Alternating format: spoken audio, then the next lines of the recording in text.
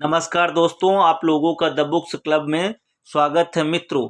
आज इस वीडियो में समीक्षा अधिकारी, सहायक समीक्षा अधिकारी से संबंधित जो प्राचीन भारत के इतिहास से संबंधित जो है तथ्यात्मक नोट्स हैं, उनसे रिलेटेड जो है इसमें हम इसका अध्ययन करेंगे, जो आपके एग्जाम के लिए वेरी इंपॉर्टेंट है, वन लाइनर के रूप में है। इनको एक बार अच्छी तरीके से अगर आप सुन लेंगे तो इसका बेनिफिट आपको जरूर मिलेगा। तो चलिए शुरुआत करते हैं।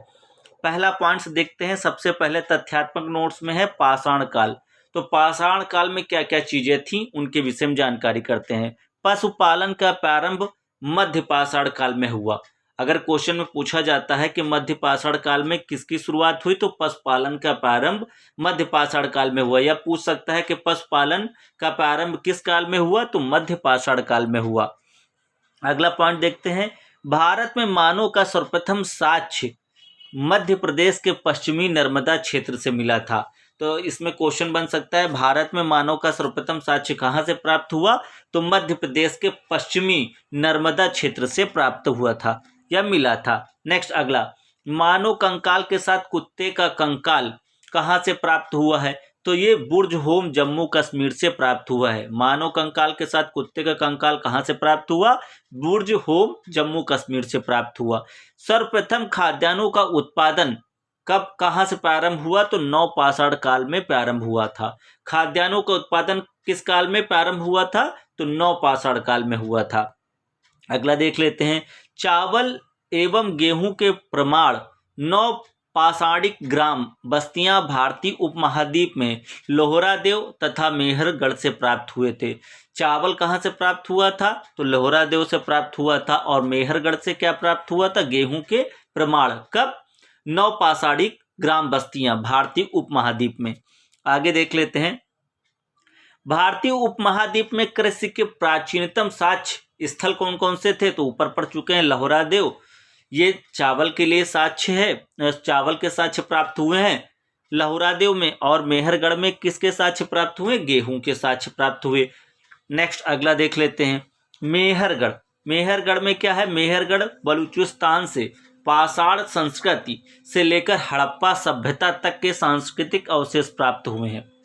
मेहरगढ़ में जो बलूचिस्तान में है, इसमें क्या है, सबसे पहले पाषाणिक संस्कृत से लेकर हड़प्पा सभ्यता तक के सांस्कृतिक अवशेष प्राप्त हुए हैं।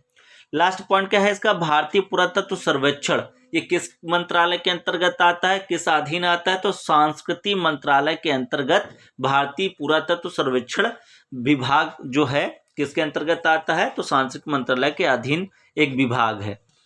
अब आ जाते हैं सैद्ध सभ्यता एवं संस्कृति। इसमें क्या है, सैद्ध सभ्यता की सभ्यता है, किस काल की सभ्यता है, तो आर्ध ऐतिहासिक काल की। सैद्ध सभ्यता की सभ्यता है, किस काल की है, तो आर्ध ऐतिहासिक काल की है। ये क्वेश्चन पूछा जाएगा कि सैद्ध सभ्यता किस काल की है, तो आर्ध ऐतिहासिक काल की है। सिंधु घाटी सभ्यता आर्यों से पूर्व की सभ्यता थी। सिंधु घाटी सभ्यता क्या थी, आर्यों से पूर्व की सभ्यता थी। नेक्स्ट अगला देख लेते हैं। काले रंग की आकृतियों से जहां हड़प्पा सभ्यता की विशेषता है, यानी चित्रित लाल मृदु भांड जहां हड़प्पा सभ्यता की विशेषता है। काले रंग की जो आकृतियां हैं, काले रंग की आकृतियों से चित्रित लाल मृद भांड जहां हड़प्पा सभ्यता की विशेषता है। ठीक है, इसका विशेष ध्यान रखना है। अगला, पुरातात्विक खुदाई हड़प्पा संस्कृति की जानकारी का प्रमुख स्रोत है। पुरातात्विक खुदाई जो है हड़प्पा संस्कृति की जानकारी का प्रमुख स्रोत है। नेक्स्ट अगला देख लेते हैं। हड़प्पा वासियों को तांबा, कांसा, स्वर्ण और चांदी की जानकारी थी। क्वेश्चन पूछा जा सकता है कि तांबा, कांसा, स्वर्ण और चांदी की जानकारी किसको थी, तो हड़प्पा वासियों को थी। तांबा, कांसा, स्वर्ण और चांदी की जानकारी हड़प्पा वासियों की थी। नेक्स्ट अगला देख लेते हैं। हड़प्पा वासी चांदी मुख्यतः राजस्थान की जावर और अजमेर खानों से प्राप्त होती थी। जो हड़प्पा वासी थे उनको चांदी कहाँ से प्राप्त होती थी, राजस्थान की जावर और अजमेर खानों से प्राप्त होती थी। चांदी के लिए अन्य मुख्य स्रोत अफगानिस्तान व ईरान भी थे। जो हड़प्पा वासी थे उनको राजस्थान की जावर और अजमेर की खानों से चांदी प्राप्त होती थी, और चांदी के अन्य मुख्य स्रोत अफगानिस्तान व ईरान थे। तो क्वेश्चन पूछा जा सकता है कि हड़प्पा वासियों को चांदी कहाँ से प्राप्त होती थी, तो चारों पॉइंट आपको क्लियर हो गए अफगानिस्तान, ईरान और राजस्थान की जावार और अजमेर की खानों से। अगला, हड़प्पा निवासी मिट्टी के बर्तनों का व्यापक पैमाने पर निर्माण करते थे। हड़प्पा निवासी किसके बर्तनों का व्यापक पैमाने पर निर्माण करते थे? तो मिट्टी के बर्तनों का। नेक्स्ट अगला देख लेते हैं। बरनौली से पक्की मिट्टी की बनी हुई हल की प्रतिकृति मिली है। तो क्वेश्चन पूछा जा सकता है कि पक्की मिट्टी की बनी हुई हल की प्रतिकृति मिली है, कहाँ से मिली है? तो बनावली से। कहाँ से मिली है? बनावली से पक्की मिट्टी की बनी हुई हल की प्रतिकृति मिली हुई है। सैंध सभ्यता के महान स्नानागार के साक्ष्य मोहनजोदड़ो से प्राप्त हुए। यहाँ पर एक क्वेश्चन बन सकता है, सैंध सभ्यता के महान स्नानागार के साक्ष्य कहाँ से प्राप्त हुए? मोहनजोदड़ो, हड़प्पा, ऐसे देगा ऑप्शन। तो आपको जानकारी होनी चाहिए कि मोहनजोदड़ो से प्राप्त हुए सैंध सभ्यता के महान स्नानागार के साक्ष्य। नेक्स्ट अगला देख लेते हैं। अगला है, सिंधु घाटी सभ्यता की प्रमुख विशेषता नगर नियोजन को माना जाता है।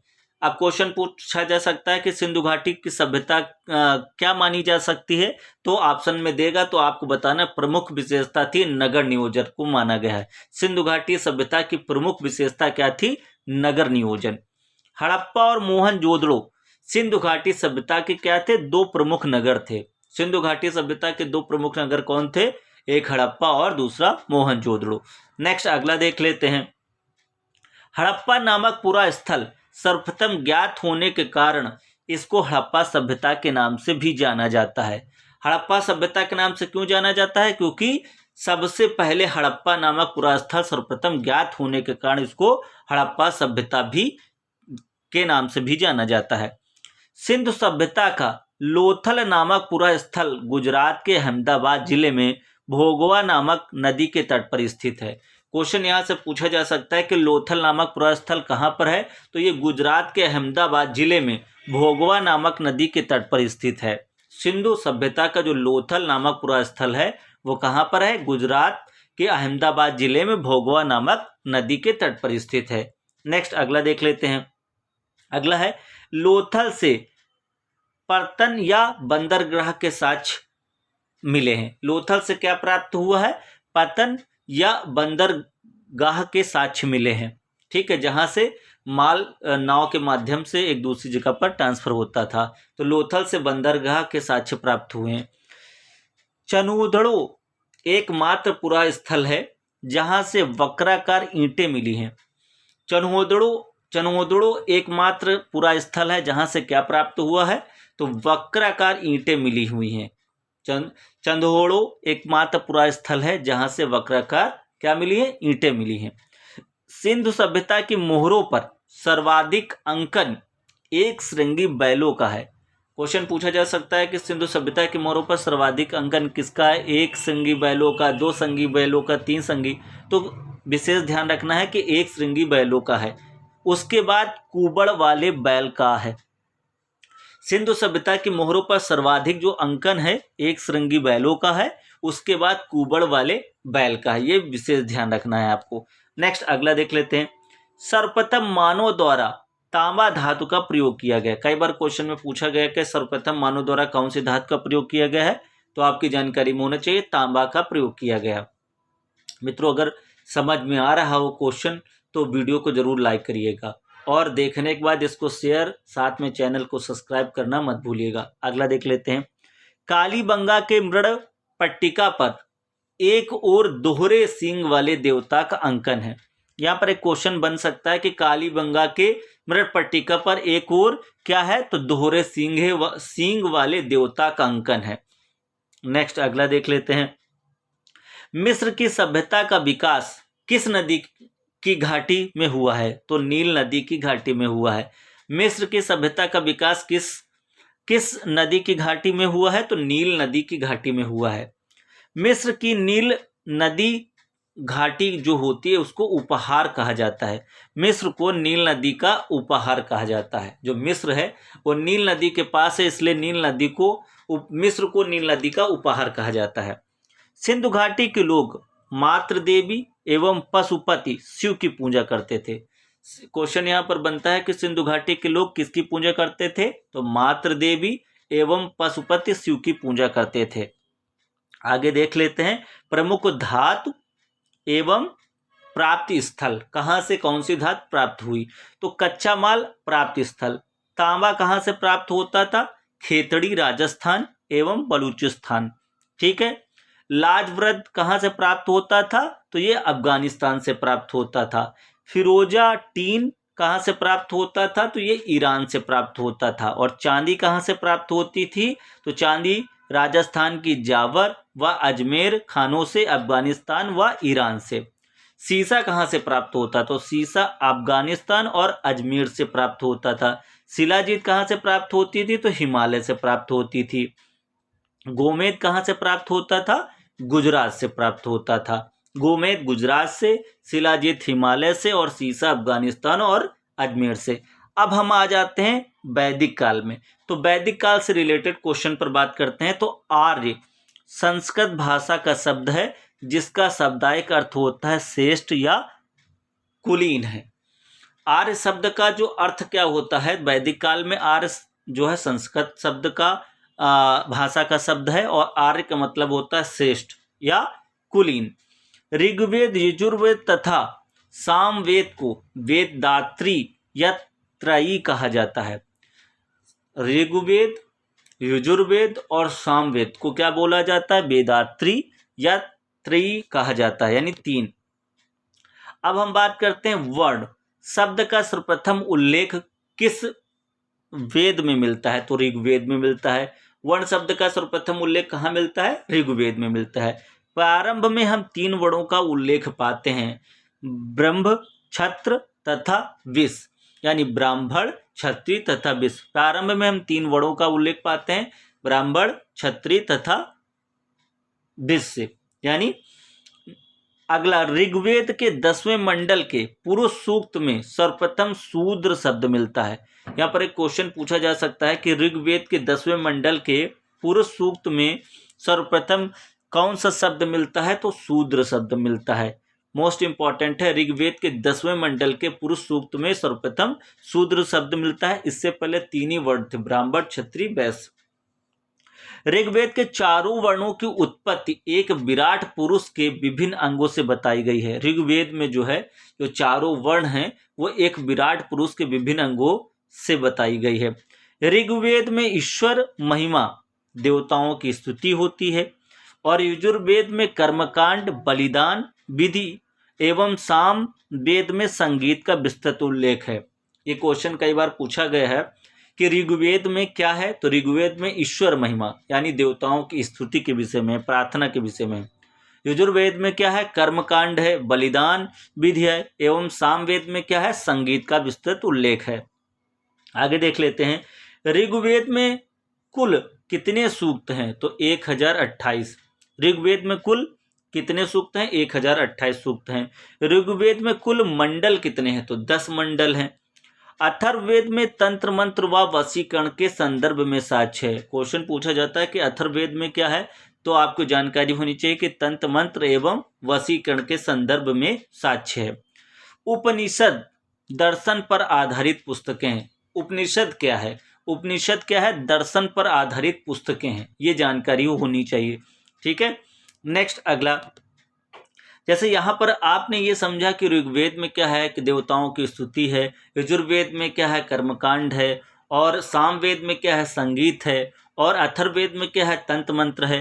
अब उपनिषद में क्या है, तो दर्शन पर आधारित क्या है, ये पुस्तकें हैं। उपनिषद का अर्थ है शिष्य द्वारा ज्ञान प्राप्ति हेतु गुरु के समीप बैठना।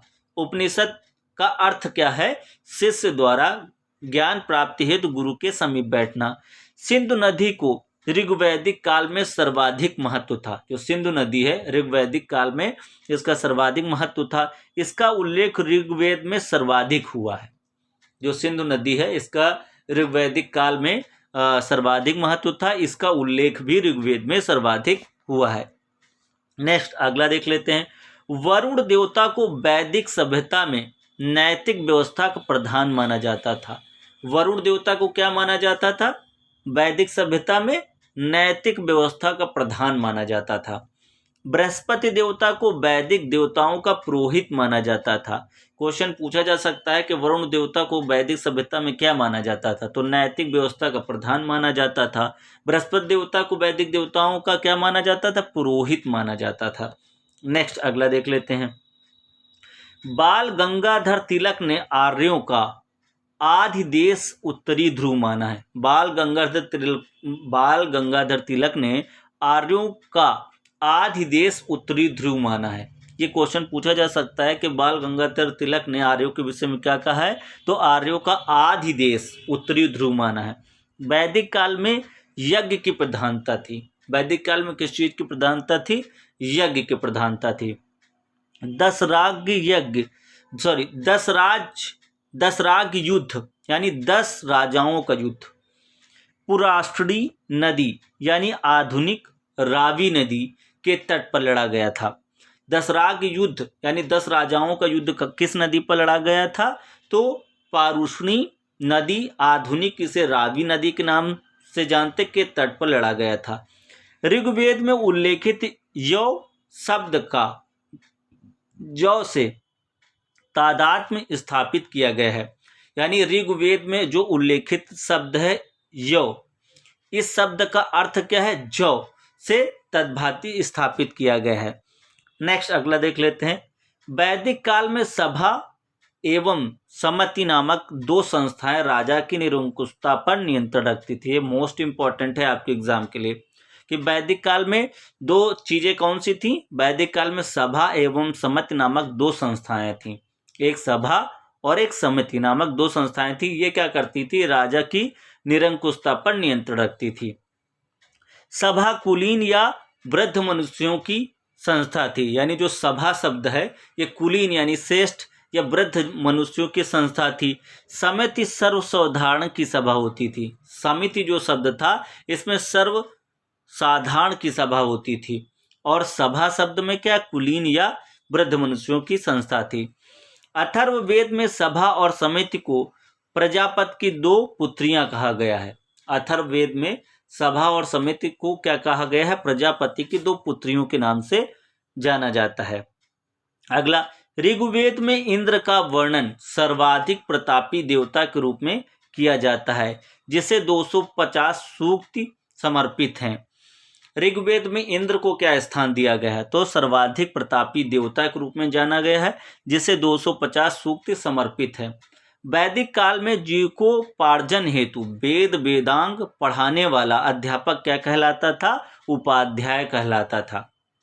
वैदिक काल में जीविकोपार्जन के वेद वेदांग पढ़ाने वाला अध्यापक क्या कहलाता था, उपाध्याय कहलाता था।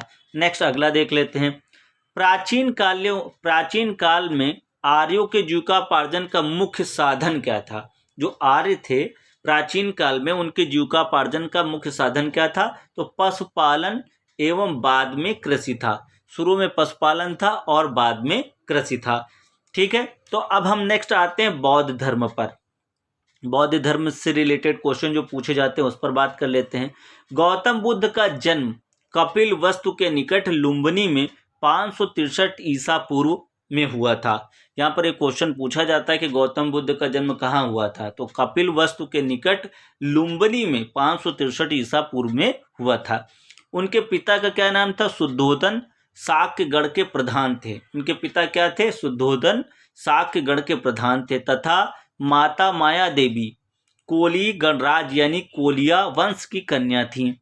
उनकी माता जो थी माया देवी थी और वो कोली गणराज यानी कोली वंश की कन्या थी। नेक्स्ट अगला देख लेते हैं। गौतम बुद्ध के गृह त्याग को ग्रंथों में क्या कहा गया है। गौतम बुद्ध के गृह त्याग को ग्रंथों में महाभिनिष्क्रमण की संज्ञा दी गई है।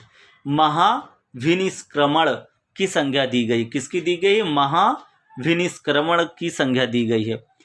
कुशीनारा यानी वर्तमान में पडरौना कुशीनगर, जो पहले नाम से कुशीनारा के नाम से होगा, वर्तमान में से पडरौना कुशीनगर में 80 वर्ष की अवस्था में उन्होंने शरीर को त्याग दिया था। क्वेश्चन पूछा जाता है कि उन्होंने शरीर कहाँ पर त्यागा था, तो वर्तमान में पडरौना कुशीनगर और पुराना नाम कुशीनारा था। ठीक है, नेक्स्ट अगला देख लेते हैं।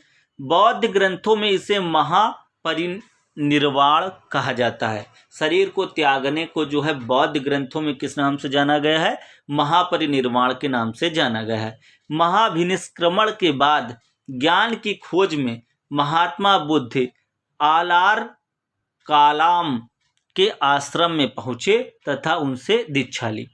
महाभिनिष्क्रमण के बाद ज्ञान की खोज में महात्मा बुद्ध कहाँ पहुँचे? तो आलार कालाम के आश्रम में पहुँचे और उनसे दीक्षा ली। अगला देख लेते हैं।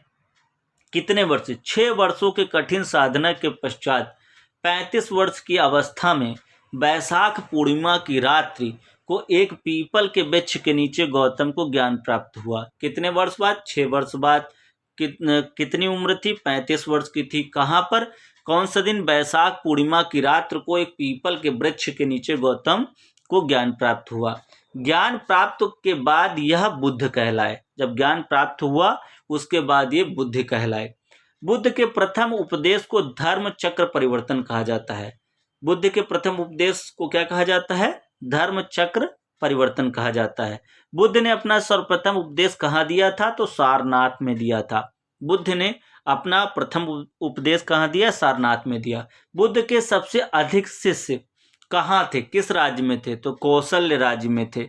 बुद्ध के सबसे अधिक शिष्य कौशल्य राज्य में हुए थे तथा यहाँ की राजधानी श्रावस्ती में ही उन्होंने सर्वाधिक उपदेश दिए थे। जो बुद्ध के सबसे अधिक शिष्य कहाँ थे? कौशल राज्य में थे तथा यहाँ की राजधानी श्रावस्ती में ही उन्होंने सर्वाधिक उपदेश भी दिए थे।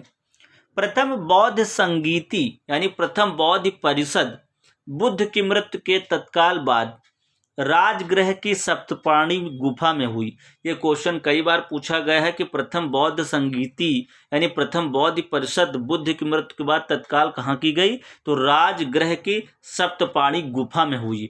ये इंपॉर्टेंट रखना है। नेक्स्ट अगला, इस समय मगध का शासक कौन था? तो अज्ञात शत्रु था। इस समय मगध का शासक कौन था? तो अज्ञात शत्रु था। द्वितीय बौद्ध संगीति का आयोजन वैशाली में किया गया था। प्रथम कहाँ किया गया था? राजगृह की गुफाओं में पढ़ लिया। दूसरा वैशाली में किया गया था। और तृतीय बौद्ध संगीत कहाँ किया गया था? तो पाटलिपुत्र में हुई थी। तृतीय बौद्ध संगीत पाटलिपुत्र में हुआ था। और चतुर्थ बौद्ध संगीत कुंडलवन कश्मीर में संपन्न हुआ था। प्रथम के राजगृह गुफा में हुई थी, दूसरा वैशाली में हुआ था, तीसरा जो है पाटलिपुत्र में हुआ था और चौथा कुंडलवन यानी कश्मीर में संपन्न हुई थी। उस समय मगध का शासक अजात शत्रु था। ठीक है, नेक्स्ट अगला देख लेते हैं। अगला है पवित्र बौद्ध स्थल बोध गया जहाँ गौतम बुद्ध को सर्वप्रथम ज्ञान प्राप्त हुआ था, निरंजना नदी पर स्थित है। यहाँ पर क्वेश्चन पूछा जा सकता है कि पवित्र बौद्ध स्थल बोध गया जहाँ गौतम बुद्ध को सर्वप्रथम ज्ञान प्राप्त हुआ था किस नदी पर है? तो निरंजना नदी पर स्थित है। महात्मा बुद्ध कर्म सिद्धांत पर विश्वास रखते थे। क्वेश्चन पूछा जा सकता है कि महात्मा बुद्ध किस सिद्धांत पर विश्वास करते थे? तो कर्म सिद्धांत पर विश्वास करते थे। बौद्ध संघ में सर्वप्रथम शामिल होने वाली स्त्री कौन थी? ये मोस्ट इंपॉर्टेंट क्वेश्चन है। तो महाप्रजापति गौतमी थी। बौद्ध संघ में सर्वप्रथम शामिल होने वाली स्त्री कौन थी? तो इनका नाम है महाप्रजापति गौतमी थी। अगला देख लेते हैं। भरहुत एवं सांची के स्तूप की स्थापना मूलतः मौर्य शासक अशोक के शासन काल में हुई थी। भरहुत एवं सांची के स्तूप की स्थापना मूलतः किस शासक में हुई थी? तो मौर्य शासक अशोक के शासन काल में हुई थी। गौतम बुद्ध की एशिया के ज्योतिपुंज के तौर पर जाना जाता है। गौतम बुद्ध को किस रूप में जाना जाता है? एशिया के ज्योतिपुंज के रूप में जाना जाता है। हीनयान में बुद्ध को एक महापुरुष माना जाता है, जबकि महायान में उन्हें देवता माना जाता है। ये भी वेरी इंपॉर्टेंट है आपके एग्जाम के लिए। हीनयान में बुद्ध को क्या माना जाता है? एक महापुरुष माना जाता है। महायान में उनको क्या माना जाता है? देवता माना जाता है। विक्रमशिला महाविहार की स्थापना पाल नरेश धर्मपाल ने की थी। विक्रमशिला महाविहार की स्थापना किसने की थी? तो पाल नरेश धर्मपाल ने की थी। नेक्स्ट अगला देख लेते हैं। नालंदा विश्वविद्यालय का संस्थापक गुप्त शासक कौन था? तो कुमार गुप्त को माना जाता है। नालंदा विश्वविद्यालय का संस्थापक गुप्त शासक कौन था? कुमार गुप्त को माना जाता है। बुद्ध ने अपने जीवन की अंतिम वर्षा ऋतु कहाँ पर बिताई? तो वैशाली में। ये मोस्ट इम्पॉर्टेंट है। बुद्ध ने अपने जीवन की अंतिम वर्षा ऋतु कहाँ पर बिताई? तो वैशाली में बिताई। नेक्स्ट अगला देख लेते हैं। जैन धर्म से संबंधित बात कर लेते हैं। वो ये पूछा जाता है कि जैन धर्म के मूल संस्थापक या प्रवर्तक कौन थे? तो जैन धर्म के मूल संस्थापक या प्रवर्तक प्रथम तीर्थकार ऋषभदेव या आदिनाथ माने जाते हैं। जो मोस्ट इंपॉर्टेंट है आपके एग्जाम के लिए, आपको जानकारी होनी चाहिए कि जैन धर्म के मूल संस्थापक या प्रवर्तक कौन थे? तो ऋषभदेव या आदिनाथ माने जाते हैं। महावीर स्वामी जैन धर्म के 24वें तीर्थंकर थे, जिन्होंने 6ठी शताब्दी ईसा पूर्व के जैन धर्म का प्रचार किया था। दोनों क्वेश्चन मेरी इंपॉर्टेंट है। जैन धर्म के मूल संस्थापक या प्रवर्तक प्रथम कौन थे? तो ऋषभदेव या आदिनाथ माने जाते हैं। और अंतिम यानी महावीर जैन धर्म के 24वें तीर्थकार थे, जिन्होंने 6ठी शताब्दी ईसा पूर्व के जैन धर्म का प्रचार किया था। दोनों इंपॉर्टेंट क्वेश्चन है। आगे देख लेते हैं। पार्श्वनाथ जैन धर्म के 23वें तीर्थकार थे। पार्श्वनाथ जैन धर्म के कितने नंबर के तीर्थकार थे? तो 23। 24वें कौन थे? महावीर थे। महावीर स्वामी का जन्म कहाँ हुआ था? तो कुंडाग्राम या कुंडलपुर में वैशाली के निकट लगभग 599 ईसा पूर्व हुआ था। ये क्वेश्चन पूछा जाता है कि महावीर स्वामी का जन्म कहाँ हुआ था?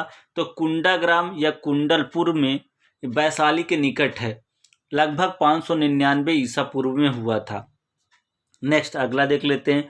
उनकी माता त्रिशाला वैशाली के लच्छवी गणराज्य की प्रमुख चेटक की बहन थी तथा पिता सिद्धार्थ ज्ञातक क्षत्रियों के संघ के प्रधान थे। जो उनकी माता थी वैशाली के लच्छवी गणराज्य के प्रमुख चेटक की बहन थी तथा पिता सिद्धार्थ ज्ञातक क्षत्रियों के संघ के प्रधान थे। नेक्स्ट अगला।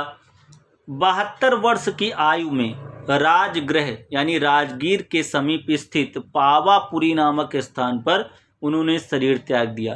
कितनी उम्र में? 72 साल में। कहाँ पर? अपना राजगृह यानी राजगीर के समीप पावापुरी नामक स्थान पर उन्होंने शरीर त्याग दिया। जैन धर्म में पूर्ण ज्ञान के लिए कैवल्य शब्द का प्रयोग किया जाता है। जैन धर्म में पूर्ण ज्ञान के लिए कौन सा शब्द का प्रयोग किया जाता है? तो कैवल्य शब्द का प्रयोग किया जाता है। मित्रों, अगर वीडियो अच्छा लग रहा हो तो लाइक जरूर कर दीजिएगा और इसको देखने के बाद शेयर करना मत भूलिएगा।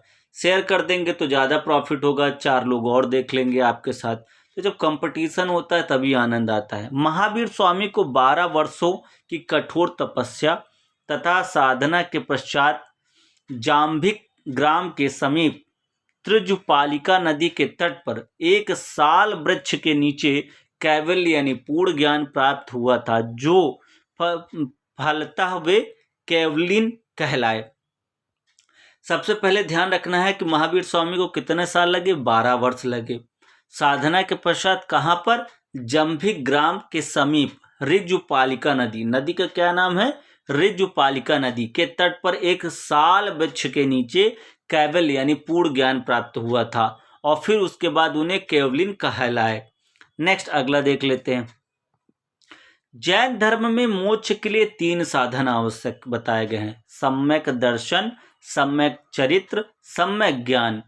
जैन धर्म में मोक्ष के लिए 3 चीजें कौन कौन सी हैं? सम्यक दर्शन, सम्यक चरित्र, सम्यक ज्ञान। इन तीनों को जैन धर्म में त्रिरत्न की संज्ञा दी गई है। इन तीनों को जैन धर्म में त्रिरत्न की संज्ञा दी गई है। जैन धर्म में 5 महाव्रत हैं। कौन कौन से? अहिंसा, सत्य, ब्रह्मचर्य, अस्तेय एवं अपरिग्रह की व्यवस्था की गई है। जैन धर्म में 5 महाव्रत हैं। कौन कौन से हैं? पहला अहिंसा, दूसरा सत्य, तीसरा ब्रह्मचर्य, चौथा अस्तेय एवं अपरिग्रह की व्यवस्था की गई है। नेक्स्ट अगला देख लेते हैं। चंद्रगुप्त मौर्य के शासनकाल में पाटलिपुत्र में प्रथम जैन सम्मेलन आयोजित किया गया था। चंद्रगुप्त मौर्य के शासनकाल में पाटलिपुत्र में प्रथम जैन सम्मेलन आयोजित किया गया था, जिसमें श्वेतांबर आगम का संपादन किया गया था। क्वेश्चन पूछा जा सकता है कि पाटलिपुत्र प्रथम जैन सम्मेलन किसके शासनकाल में आयोजित किया गया था? तो चंद्रगुप्त मौर्य के शासनकाल में, और जिसमें श्वेतांबर आगम का संपादन किया गया था। अशोक तथा उसके पौत्र दशरथ के समय में बराबर तथा नागार्जुनी पहाड़ियों को काटकर आजीविकाओं के लिए आवास बनाए गए थे। अशोक तथा उसके पौत्र दशरथ के समय में बराबर तथा नागार्जुनी पहाड़ियों को काटकर आजीविकों के लिए आवास बनाया गया था। नेक्स्ट अब आ जाते हैं हम शैव या भागवत धर्म, यानी शिव और भागवत धर्म से रिलेटेड, यानी विष्णु से संबंधित। प्राचीन काल में अर्धनारीश्वर के रूप में भी शिव की कल्पना की गई है, जो पुरुष एवं प्रकृति अथवा देव और उसकी शक्ति के योग को दर्शाता है। प्राचीन काल में अर्धनारीश्वर के रूप में शिव की कल्पना की गई थी, जो पुरुष एवं प्रकृति अथवा देव अथवा उसकी शक्ति के योग को दर्शाता है। नेक्स्ट अगला देख लेते हैं। शिव और पार्वती की संयुक्त मूर्तियां गुप्त युग में और उसकी परिवर्ती युग में विशेष रूप से उकेरी गई हैं। शिव और पार्वती की जो संयुक्त मूर्तियां हैं गुप्त काल यानी गुप्त युग में और उसके परिवर्ती युग में विशेष रूप से उकेरी गई हैं। शक, पाल्य, कुषाण आदि शासकों के सिक्कों पर शिव, वृषभ, त्रिशूल की आकृतियां मिलती हैं। उस समय जो शाक्य वंश या पल्लव वंश या कुषाण वंश आदि शासकों के जो सिक्के होते थे उसमें शिव यानी वृषभ, त्रिशूल की आकृतियां मिलती थीं। ये आपकी जानकारी में होना चाहिए। पुराणों के अनुसार पशुपात संप्रदाय की स्थापना लौकीलीस नामक ब्रह्मचारी ने की थी। लकुलीस नामक ब्रह्मचारी ने की थी। पुराणों के अनुसार पशुपात संप्रदाय की जो स्थापना हुई थी लकुलीस नामक ब्रह्मचारी ने की थी। ये क्वेश्चन पूछा जा सकता है कि पशुपात संप्रदाय की स्थापना किसने की थी? तो लकुलीस नामक ब्रह्मचारी ने की थी। लकुलीस को शिव का अवतार मानते हैं। क्वेश्चन पूछा जा सकता है लकुलीस को किसका अवतार मानते हैं? तो शिव का अवतार मानते हैं। कापालिक शैव धर्म का दूसरा प्रमुख संप्रदाय है। जो है कापालिक जो है शैव यानी शिव धर्म का शैव धर्म का दूसरा प्रमुख संप्रदाय है। ठीक है, ये भी आपकी जानकारी में होना चाहिए। इसके उपासक भैरव को शिव का अवतार मानकर उपासना करते हैं।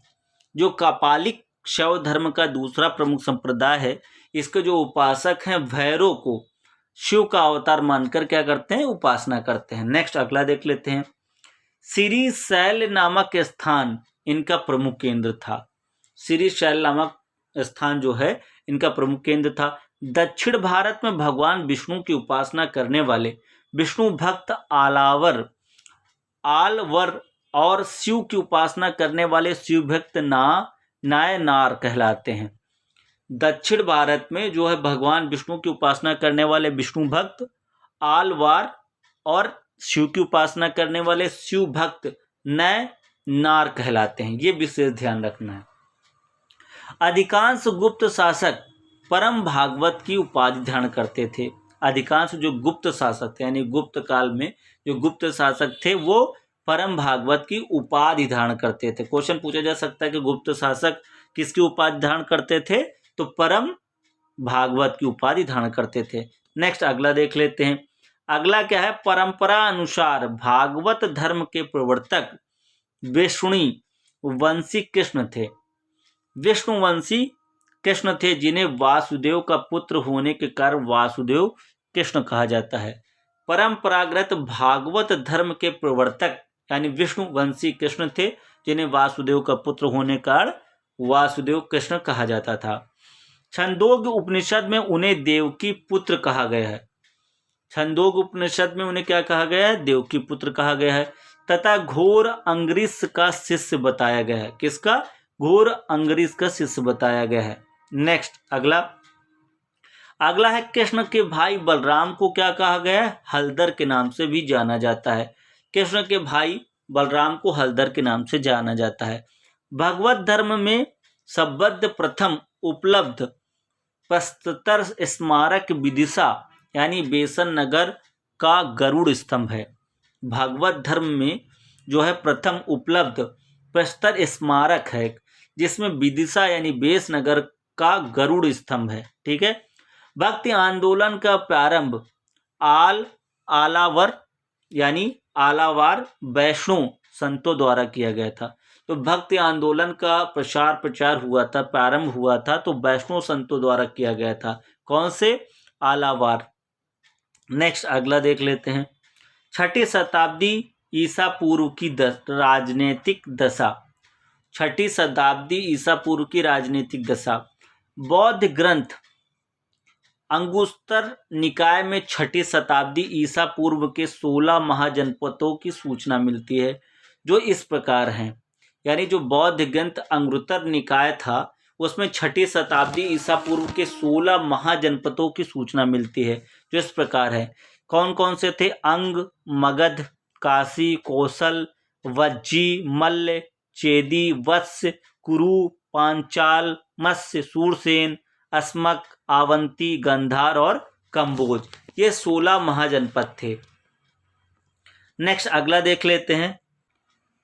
6ठी शताब्दी में जो है ये 16 जनपदों की बात हो गई है। अब हम नेक्स्ट अगला देखते हैं। अगला पॉइंट क्या है? अगला पॉइंट हमारा जैन ग्रंथ भगवती सूत्र में भी 16 महाजनपदों की सूची मिलती है। बौद्ध ग्रंथ और जैन ग्रंथ दोनों में भगवती सूत्र, जैसे जैन ग्रंथ में भगवती सूत्र में 16 महाजनपदों की सूची मिलती है। भारत के प्राचीनतम प्राप्त सिक्के आहत सिक्के या पंचमार्क सिक्के थे जो चांदी के बने होते थे। भारत में प्राचीनतम प्राप्त सिक्के काहे के थे? आहत सिक्के या पंचमार्क सिक्के थे जो चांदी के बने होते थे। नेक्स्ट अगला देख लेते हैं। अगला क्या है हमारा? प्रेषणजीत कौशल या अजातशत्रु मगध का शासक था। प्रेषणजीत कौशल का एवं अजातशत्रु मगध का क्या था? शासक था। मत्स्य महाजनपद राजस्थान प्रांत के जयपुर क्षेत्र में बसा था। जो मत्स्य महाजनपद है ये कहाँ पर था? ये राजस्थान प्रांत के जयपुर क्षेत्र में बसा था। इसकी राजधानी क्या थी? तो विराटनगर थी। नेक्स्ट अगला देख लेते हैं। पाटलिपुत्र की स्थापना अज्ञातशत्रु के उत्तराधिकारी उदयन ने गंगा और सोन नदी के संगम पर एक किला बनाकर की थी। पाटलिपुत्र की स्थापना कहाँ हुई थी? पाटलिपुत्र की स्थापना अज्ञातशत्रु के उत्तराधिकारी उदयन ने गंगा और सोन नदी के संगम पर एक किला बनाकर की थी। इसी ने मगध साम्राज्य की राजधानी राजगृह से पाटलिपुर स्थानांतरित की थी। इसी ने मगध साम्राज्य की राजधानी राजगृह से पाटलिपुत्र स्थानांतरित की थी। मौर्यों के समय पाटलिपुत्र बौद्धों का एक बड़ा केंद्र बन गया था। मौर्य के समय जो है मौर्यों के समय पाटलिपुत्र बौद्धों का क्या बन गया था? एक बड़ा केंद्र बन गया था। नेक्स्ट अगला देख लेते हैं। उदयान वासोदत्ता की दंत कथा उज्जैन से संबंधित है। यहाँ पर एक क्वेश्चन पूछा जा सकता है कि उदयान वासोदत्ता की दंत कथा कहाँ से संबंधित है? तो उज्जैन से संबंधित है। मगध साम्राज्य की महत्ता का वास्तविक संस्थापक राजा बिंबिसार लगभग 544 से 452 ईस्वी पूर्वी था। मगध साम्राज्य की जो महत्ता है का वास्तविक संस्थापक कौन था? राजा बिंबिसार, लगभग 544 से 492 ईसा पूर्व। गौतम बुद्ध के समय का प्रसिद्ध वैद्य जीवक बिंबिसार के दरबार से संबंधित है। गौतम बुद्ध के समय का जो प्रसिद्ध वैद्य था जीवक, वो बिंबिसार के दरबार से संबंधित था। नेक्स्ट अगला देख लेते हैं। बिंबिसार ने अपने राज वैद्य जीवक को अवंती नरेश चंड प्रघोत के राज्य में चिकित्सा सेवा के लिए भेजा था। बिंबिसार ने अपने राज्यवैद्य जीवक को अवंती नरेश चंड प्रघोत के राज्य में चिकित्सा सेवा के लिए क्या किया था, भेजा था। नेक्स्ट अगला देख लेते हैं। बुद्ध काल में गंगा घाटी में कई गणराज्यों के अस्तित्व के प्रमाण मिलते हैं, जो इस प्रकार हैं, जैसे कपिलवस्तु के शाक्य, सुमारगिरी के भग्गय, अल्पकप्प के बुली, केशपुत्र के कालाम, रामगाम के कोलीय, कुशीनारा के मल्ल, पावा के मल्ल, पिपलिवन के मौर्य, वैशाली के लिच्छवी और मिथिला के विद्रोह। ये जो है बुद्ध काल में गंगा घाटी में कई गणराज्यों के अस्तित्व के प्रमाण मिलते हैं। नेक्स्ट अगला देख लेते हैं। उत्तरी पांचाल की राजधानी अहिच्छत्र थी तथा दक्षिणी पंचाल की राजधानी कौंपिल्य थी।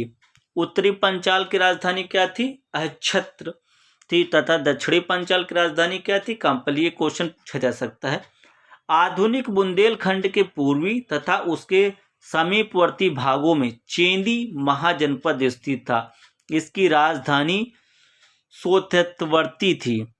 आधुनिक बुंदेलखंड के पूर्वी तथा उसके समीपवर्ती भागों में चेंदी महाजनपद स्थित था। इसकी राजधानी सोतवर्ती थी। नेक्स्ट अगला देख लेते हैं।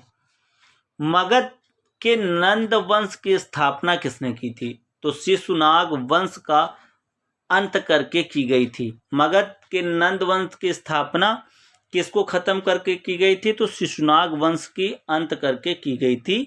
मगध के नंद वंश की स्थापना। चंद्रगुप्त मौर्य ने चाणक्य के सहयोग से धनानंद की हत्या कर नंद वंश का अंत किया था। और नंद वंश का जो है अंत किसके माध्यम से हुआ था, चंद्रगुप्त मौर्य ने चाणक्य के सहयोग से धनानंद की हत्या कर नंद वंश का अंत कर दिया था। अब हम आ जाते हैं यूनानी आक्रमण से संबंधित। हखामनी साम्राज्य को ध्वस्त करने के पश्चात 326 ईसा पूर्व के बसंत के अंत में एक विशाल सेना के साथ सिकंदर भारतीय विजय के लिए चला। लगभग 2 वर्षों के अभियान के पश्चात 325 ईसा पूर्व के सितंबर माह में पाटल से यूनान को प्रस्थान वापस किया। देख लेते हैं इसमें क्या किया। सबसे पहले सिकंदर ने झेलम नदी के तट पर पुरु को पराजित किया, परंतु उसकी वीरता से प्रभावित होकर उसे अपना मित्र बना लिया तथा उसे अपना राज्य और कुछ नए इलाके प्रदान किए। अब सिकंदर का जो है झेलम नदी के तट पर किससे युद्ध हुआ था, तो पुरु से हुआ था। और उसमें कौन जीता था, सिकंदर, और पुरु हार गया था। लेकिन उससे वो इतना प्रभावित हुआ कि अपना मित्र बना लिया और उसको कुछ नए राज्य और इलाके प्रदान किए। सिकंदर के हमले के समय उत्तर भारत पर नंद वंश का शासन था। क्वेश्चन पूछा जा सकता है कि सिकंदर के हमले के समय उत्तर भारत में किस वंश का शासन था, तो नंद वंश का। अब आ जाते हैं मौर्य साम्राज्य। मौर्य राजवंश 321 से 184 ईसा पूर्व तक था। मौर्य राजवंश की स्थापना चंद्रगुप्त मौर्य ने की थी। मौर्य वंश की स्थापना किसने की थी, चंद्रगुप्त मौर्य ने की थी। मुद्रा राक्षस में चंद्रगुप्त को वृषाल तथा कुलहीन भी कहा गया है। मुद्रा राक्षस में चंद्रगुप्त को क्या कहा गया है, वर्षल तथा कुलहीन भी कहा गया है। नेक्स्ट अगला देख लेते हैं। जस्टिन ने सैडोकोटस यानी चंद्रगुप्त मौर्य और सिकंदर महान की भेंट का उल्लेख किया है। जस्टिन ने सैडोकोटस यानी चंद्रगुप्त मौर्य और सिकंदर महान की भेंट का उल्लेख किया। किसने किया, जस्टिन ने। कौटिल्य यानी चाणक्य द्वारा मौर्य काल में रचित अर्थशास्त्र शासन के सिद्धांतों की पुस्तक है। कौटिल्य यानी चाणक्य द्वारा मौर्य काल में रचित अर्थशास्त्र शासन के सिद्धांतों की पुस्तक है। नेक्स्ट अगला देख लेते हैं। इसमें राज्य के सप्तांग सिद्धांत यानी राजा, अमात्य, जनपद, दुर्ग, कोष, दंड एवं मित्र की सर्वप्रथम व्याख्या मिलती है। इसमें क्या है, इसमें राज्य के सप्तांग सिद्धांत जैसे राजा, अमात्य, जनपद, दुर्ग, कोश, दंड एवं मित्र की सर्वप्रथम व्याख्या मिलती है। अर्थशास्त्र राजनीति शास्त्र का एक अद्वितीय ग्रंथ है। अर्थशास्त्र क्या है? राजनीति शास्त्र का एक अद्वितीय ग्रंथ है। नेक्स्ट अगला देख लेते हैं। जैन एवं तमिल साक्ष्य भी चंद्रगुप्त मौर्य के दक्षिण विजय की पुष्टि करते हैं। जो जैन एवं तमिल साक्ष्य हैं उसमें भी चंद्रगुप्त मौर्य के दक्षिण विजय की पुष्टि होती है। रुद्रदामन के जूनागढ़ शिलालेख चंद्रगुप्त मौर्य के प्रांतीय राज्यपाल पुष्यगुप्त द्वारा सिंचाई के बांध के निर्माण का उल्लेख मिलता है। जो रुद्रदामन के जूनागढ़ शिलालेख हैं उसमें भी चंद्रगुप्त मौर्य के प्रांतीय राज्यपाल पुष्यगुप्त द्वारा सिंचाई के बांध के निर्माण का क्या होता है? उल्लेख मिलता है। आगे देख लेते हैं। चंद्रगुप्त मौर्य ने सिकंदर के साम्राज्य के पूर्वी भाग के शासक सेलुकस की आक्रमणकारी सेना को 305 ईसा पूर्व में परास्त किया था। चंद्रगुप्त मौर्य ने सिकंदर के साम्राज्य के पूर्वी भाग के शासक यानी किसे? सेलुकस को आक्रमणकारी सेना को 305 ईसा पूर्व में परास्त किया था। अशोक ने अपनी प्रजा के विशाल समूह का ध्यान में रखकर ही धम्म का प्रतिपादन किया था। अशोक ने अपनी प्रजा के विशाल समूह को ध्यान में रखकर ही धम्म का प्रतिपादन किया था। नेक्स्ट अगला देख लेते हैं। अशोक के अभिलेखों में सर्वत्र उसे देवनापीय यानी देवना प्रियदर्शी कहा गया है, जिसका अर्थ होता है देवताओं का प्रिय या देखने में सुंदर। देवना प्रिय या देवना प्रियदर्शी कहा जाता है। अशोक के अभिलेखों में सर्वत्र उसे देवना प्रिय यानी देवना प्रियदर्शी कहा जाता है, जिसका अर्थ है देवताओं का प्रिय या देखने में सुंदर। नेक्स्ट अगला देख लेते हैं। पुराणों में उसे अशोक वर्धन कहा गया है। पुराणों में क्या कहा गया है? अशोक वर्धन। सिंघाली अनुश्रुतियों, दीपवंश तथा महावंश के अनुसार अशोक के राज्यकाल में पाटलिपुत्र में बौद्ध धर्म की तिथि संगति हुई थी। उस समय जो बौद्ध धर्म की तिथि संगीति हुई थी वो किसके समय में हुई थी? अशोक के राज्यकाल में पाटलिपुत्र में। मौर्य शासकों अशोक और उसका पौत्र दशरथ बौद्ध धर्म के अनुयायी थे। मौर्य शासकों में अशोक और उसका पौत्र दशरथ बौद्ध धर्म के क्या थे? अनुयायी थे। नेक्स्ट अगला देख लेते हैं। दशरथ भी अशोक की तरह देवना प्रिय की उपाधि धारण करता था। दशरथ जो उसका पौत्र था अशोक का, वो भी देवना प्रिय की उपाधि धारण करता था। अशोक के अभिलेखों में रज्जुक नामक अधिकारी का उल्लेख मिलता है। रज्जुकों की स्थिति आधुनिक जिला अधिकारी जैसी थी, जिसे राजस्व तथा न्याय दोनों क्षेत्रों में अधिकार प्राप्त थे। जो अशोक के अभिलेख थे उसमें रज्जुक नामक अधिकारी को उल्लेख मिलता है। रज्जुक की स्थिति मतलब आधुनिक जिला अधिकारी से की गई है, जिसमें राजस्व तथा न्याय दोनों क्षेत्रों में अधिकार प्राप्त होते थे। मौर्य काल में व्यापारिक काफिलों यानी कारवां को सातवाह की संज्ञा दी गई थी। मौर्य काल में व्यापारिक काफिला यानी कारवां को क्या कहा गया था? सातवाह की संज्ञा दी गई थी। सारनाथ स्तंभ का निर्माण मूलतः अशोक ने करवाया था। एक मोस्ट इंपॉर्टेंट क्वेश्चन है कि सारनाथ स्तंभ का निर्माण किसने करवाया था? तो मूलतः अशोक ने करवाया था। मौर्य योगिनी सभी स्तंभ चुनार के बलुए पत्थरों से निर्मित है। मौर्य काल में जितने भी स्तंभ थे वो चुनार के बलुए पत्थरों से निर्मित हैं। अशोक के अधिकांश अभिलेख प्राकृत भाषा एवं ब्रह्मलिपि में लिखे गए हैं। अशोक के जो अधिकांश अभिलेख हैं वो किस भाषा में लिखे गए हैं? तो प्राकृत भाषा में एवं ब्रह्मलिपि में लिखे गए हैं। केवल 2 अभिलेख शहबाजगढ़ी एवं मानसेहरा की लिपि ब्रह्मी ना होकर खरोष्टी है। ये मोस्ट इंपॉर्टेंट है कि वो कौन से 2 अभिलेख हैं जो खरोष्टी में हैं। तो शाहबाजगढ़ी एवं मानसेहरा की जो लिपि है ब्राह्मी ना होकर खरोष्टी है। कांधार अभिलेख, जो कांधार अभिलेख है ध्रुभाषी यानी ग्रीक आर्मेइक है। प्राचीन भारत में खरोष्टी लिपि दाएं से बाएं लिखी जाती है। जो खरोष्ठी लिपि है वो कैसे लिखी जाती है, तो दाएं से बाएं लिखी जाती है। अशोक के 13वें शिलालेख से कलिंग युद्ध के संदर्भ में स्पष्ट साक्ष्य मिलते हैं। कौन से 13वें शिलालेख में जो है अशोक के कलिंग युद्ध के संदर्भ में स्पष्ट साक्ष्य मिलते हैं। यह घटना अशोक के शासनकाल के 8 वर्ष बाद अर्थात 261 ईस्वी पूर्व घटित हुई थी। अशोक के दीर्घ शिलालेख यानी 12वें में सभी संप्रदायों के सार की वृद्धि होने की कामना की गई है। अशोक के जो दीर्घ शिलालेख है जो 12वें नंबर पर है, सभी संप्रदायों के सार की वृद्धि होने की कामना की गई। अशोक के प्रथम शिलालेख में पशु बलि निषेध का वर्णन है। जो अशोक के प्रथम शिलालेख था उसमें पशु बलि का निषेध किया गया था। धार्मिक आधार पर भूमि दान का प्रथम साक्ष्य मौर्योत्तर युगीन राजवंश सातवाहन के समय के एक अभिलेख से प्राप्त होता है। जो धार्मिक आधार पर भूमि दान का प्रथम साक्ष्य प्राप्त होता है वो मौर्योत्तर युगीन राजवंश सातवाहन के समय एक अभिलेख से प्राप्त होता है। यानी सातवाहन के समय जो है भूमि दान का प्रथम साक्ष्य मौर्योत्तर युगीन राजवंश सातवाहन के समय अभिलेख से प्राप्त होता है। मेगनस्तीज की इंडिका में पाटलिपुत्र के नगर प्रशासन का वर्णन किया गया है।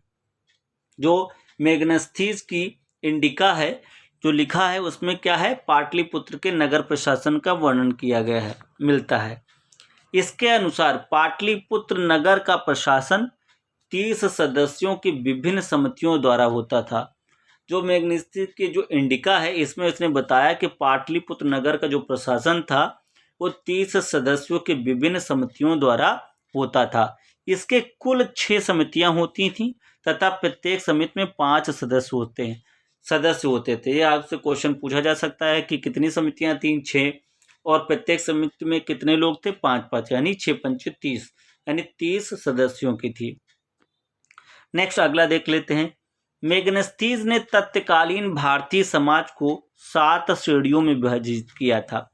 मेगनस्तीज ने तत्कालीन भारतीय साम्राज्य यानी समाज को कितनी श्रेणियों में विभाजित किया था, 7 श्रेणियों में विभाजित किया था।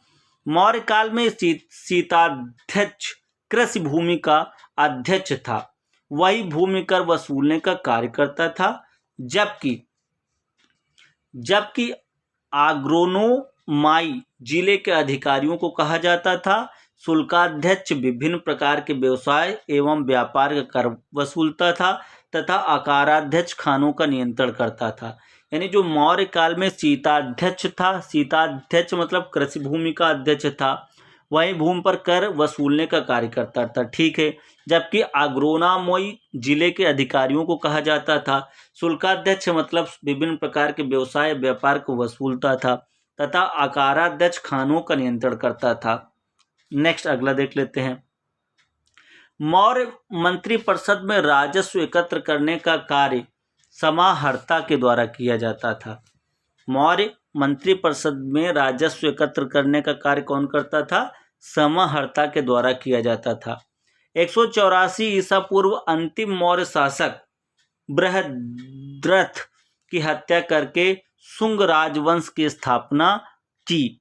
वह इतिहास में पुष्यमित्र शुंग के नाम से विख्यात है। यानी 184 ईसा पूर्व में अंतिम जो मौर्य शासक था उसका नाम था बृहद्रथ की हत्या करके शुंग राजवंश की स्थापना की गई। वह इतिहास में पुष्यमित्र शुंग के नाम से विख्यात है।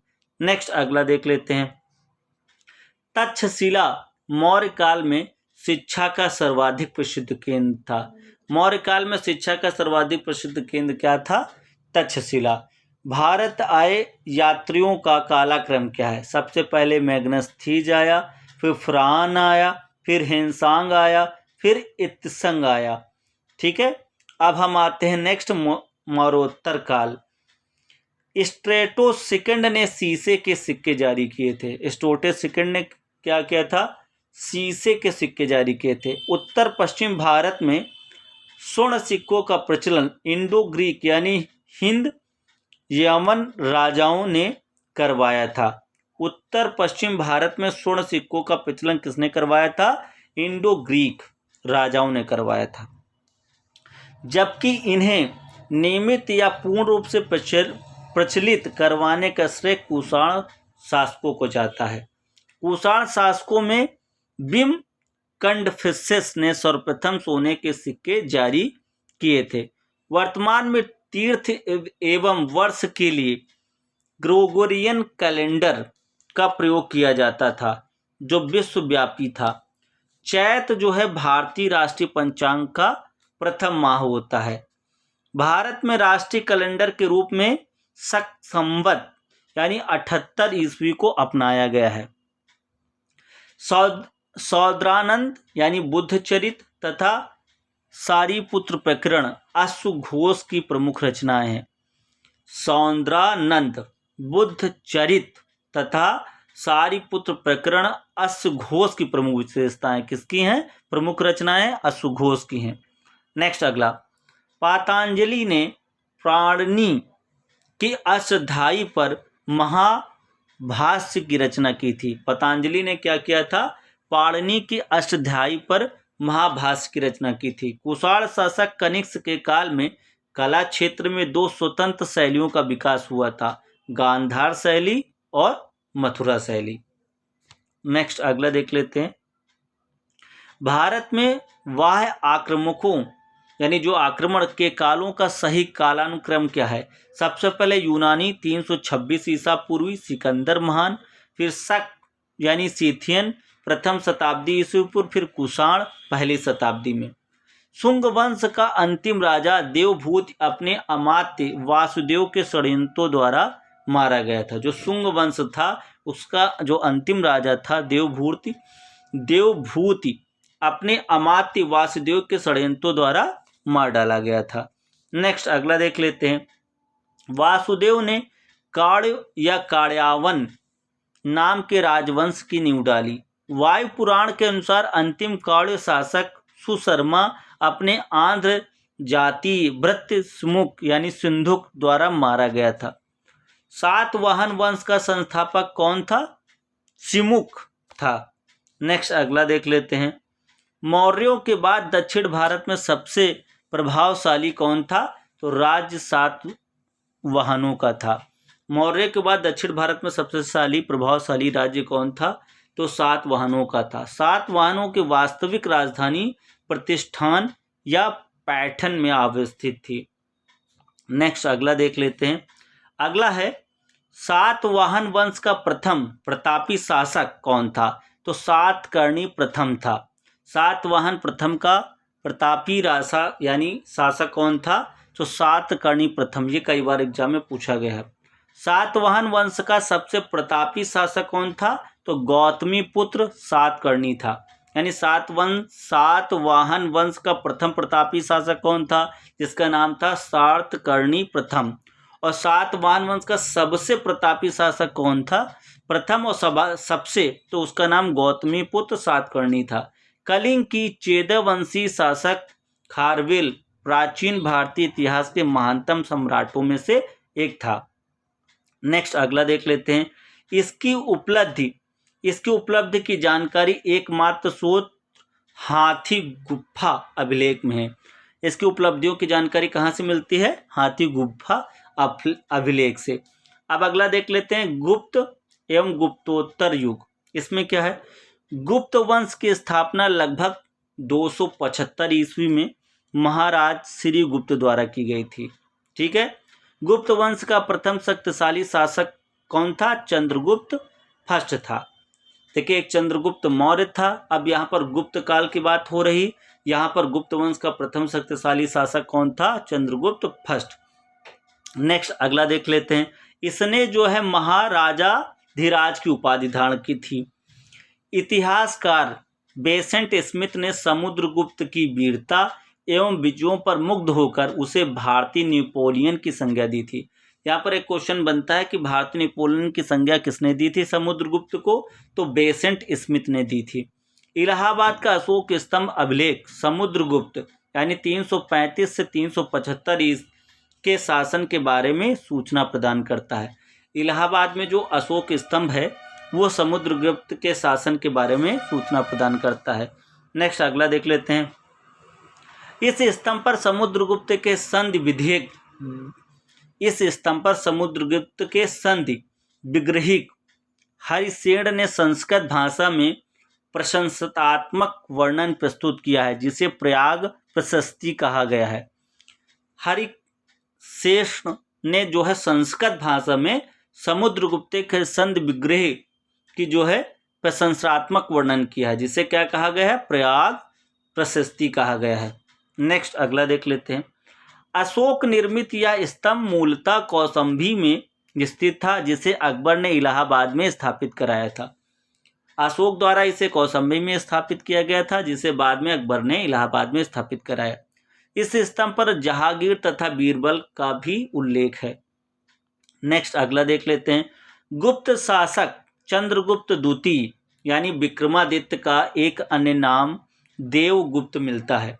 जो गुप्त शासक थे उसमें चंद्रगुप्त द्वितीय यानी विक्रमादित्य का एक अन्य नाम देवगुप्त भी मिलता है। ये क्वेश्चन पूछा जा सकता है।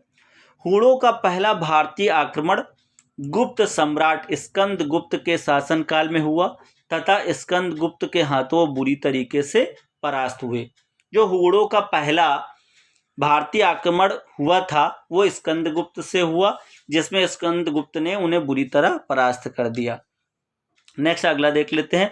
गुप्त काल में गुजरात, बंगाल, दक्कन एवं तमिलनाडु वस्त्र उत्पादन के लिए प्रसिद्ध थे। जो गुप्त काल था उसमें गुजरात, बंगाल, दक्कन एवं तमिलनाडु वस्त्र उत्पादन के लिए प्रसिद्ध थे।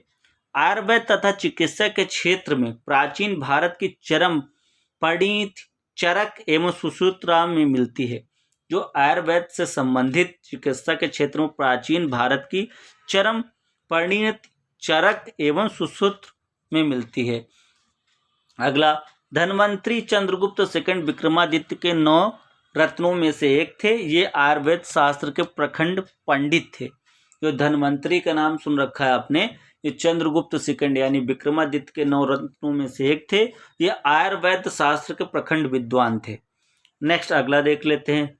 भास्कराचार्य प्रख्यात खगोलज्ञ या गणितज्ञ थे। इन्होंने सिद्धांत शिरोमणि तथा लीलावती नामक ग्रंथों की रचना की। जो भास्कराचार्य हैं ये क्या थे, खगोलज्ञ थे, गणितज्ञ थे और इन्होंने सिद्धांत शिरोमणि तथा लीलावती नामक ग्रंथों की रचना की। चंद्रगुप्त द्वितीय विक्रमादित्य के 9 रत्नों में महाकवि कालिदास थे, धन्वंतरी थे, बराह मिहिर थे, अमर सिंह थे, शंकु थे, छपड़यक थे, वरुचि थे, बेताल भट्ट और एवं घटक फेर थे। नेक्स्ट अगला देख लेते हैं।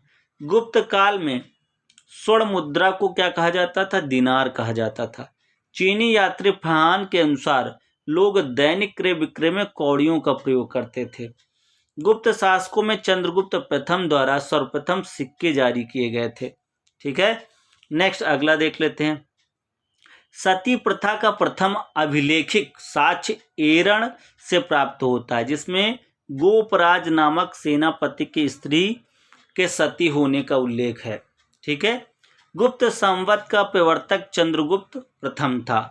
गुप्त काल में कला एवं साहित्य में हुई प्रगति के आधार पर इस काल को प्राचीन भारत का स्वर्ण युग कहा जाता है। ठीक है, नेक्स्ट अगला देख लेते हैं। तोरमाड़ भारत पर दूसरे हूण आक्रमण का नेता था। जो तोरमाड़ था ये भारत पर दूसरे हूण आक्रमण का नेता था। नेक्स्ट अगला, विशाख दत्त के नाटक मुद्रा राक्षस से चंद्रगुप्त मौर्य के कृत्यों पर प्रकाश पड़ता है। विशाख दत्त के नाटक मुद्रा राक्षस में जो है चंद्रगुप्त मौर्य के कृत्यों पर प्रकाश पड़ता है। शूद्रकृत मच्छकटिकम नामक रचना से गुप्तकालीन शासन व्यवस्था एवं नगर जीवन के विषय में रोचक सामग्री मिलती है। ठीक है, भारतीय दर्शन में चावाक दर्शन चंडवादी या भौतिकवादी विचारधारा का पोषक है।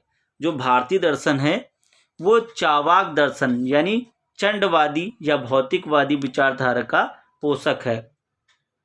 कर्म का सिद्धांत मीमांसा दर्शन से संबंधित है। जो कर्म का सिद्धांत है मीमांसा दर्शन से संबंधित है। राष्ट्रकूट वंश की स्थापना 736 ईस्वी में दंती दुर्ग ने की थी। किसने की थी? दंती दुर्ग ने। उसने मान्य खेत को अपनी राजधानी बनाई थी। मौखरी वंश के शासकों ने अपनी राजधानी कन्नौज को बनाई थी।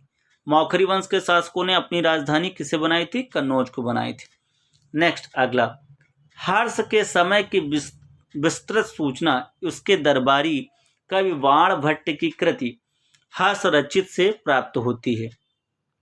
इससे जुड़ी हुई कुछ सूचनाएं कल्हणकृत रजतरंगड़ी में भी मिलती हैं।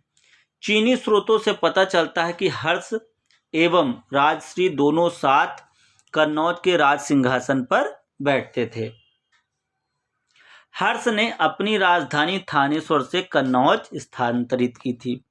नर्मदा के तट पर पुलकेशन सेकंड ने हर्ष को पराजित किया था। नेक्स्ट अगला देख लेते हैं। पुलकेशन सेकंड की एहोल प्रशस्ति एवं हेनसांग का विवरण इस युद्ध के साक्ष्य हैं।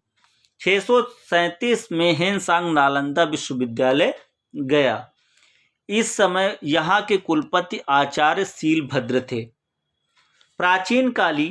प्राचीनकालीन चीनी लेखकों ने भारत का उल्लेख यनीतु या थियानतु नाम से किया है। विक्रमशिला के प्राचीन बौद्ध विश्वविद्यालय की स्थापना बंगाल की पाल वंशीय शासक धर्मपाल द्वारा की गई थी। वाकाटक शासक पेवरसेन प्रथम ने 4 अश्वमेध यज्ञों का संपादन किया। वाकाटक वंश के शासक पेवरसेन द्वितीय ने सेतुबंध नामक ग्रंथ की रचना की। 8वीं सदी की 3 बड़ी शक्तियां हैं, पाल, गुज्जर प्रतिहार और राष्ट्रकूट के बीच त्रिकोणीय संघर्ष प्रारंभ हो गया, जिसमें प्रतिहार को सफलता मिली। नेक्स्ट अगला देख लेते हैं। शंकराचार्य को शंकर, श्री शंकराचार्य आदि नामों से भी जाना जाता है। शंकराचार्य द्वारा स्थापित 4 मठ है। श्रृंगेरी कर्नाटक दक्षिण में, द्वारिका गुजरात पश्चिम में, पुरी उड़ीसा में पूर्व में तथा ज्योति मठ जोशी मठ उत्तराखंड उत्तर में। नेक्स्ट अगला, पुलकेशन सेकंड के एहोल अभिलेख में संस्कृत के कवि और नाटककार कालिदास का उल्लेख हुआ है। अब आ जाते हैं प्राचीन भारत में स्थापत्य कला। मध्य प्रदेश के छतरपुर जिले में स्थित खजुराहो में चंदेल राजाओं द्वारा निर्मित मंदिर आज भी चंदेल स्थापत्य की उत्कृष्टता का बखान कर रहे हैं। नेक्स्ट, खजुराहो के मंदिर का निर्माण जो है शैली नागर है। खजुराहो के मंदिर के निर्माण शैली कैसी है? नागर है। दशावतार मंदिर देवगढ़ ललितपुर में स्थित है तथा यह मंदिर गुप्तकालीन है। माउंट आबू के दिलवाड़ा जैन मंदिर संगमरमर के बने हैं, जिनका निर्माण गुजरात के चौलुक्य यानी सोलंकी शासक भीमदेव प्रथम के सामंत विमल शाह ने करवाया था। नेक्स्ट अगला देख लेते हैं। एलिफेंट यानी बंबई से समुद्र के 7 मील उत्तर पूर्व स्थित द्वीप के प्रसिद्ध गुफा मंदिरों का निर्माण राष्ट्रकूट शासकों द्वारा कराया गया था। एलोरा का कैलाश मंदिर शैलकृत स्थापत्य का उदाहरण है। नेक्स्ट, द्रविड़ शैली के इस विश्व प्रसिद्ध मंदिर का निर्माण राष्ट्रकूट शासक कृष्ण प्रथम ने करवाया था। पश्चिम भारत में प्राचीनतम शैलकृत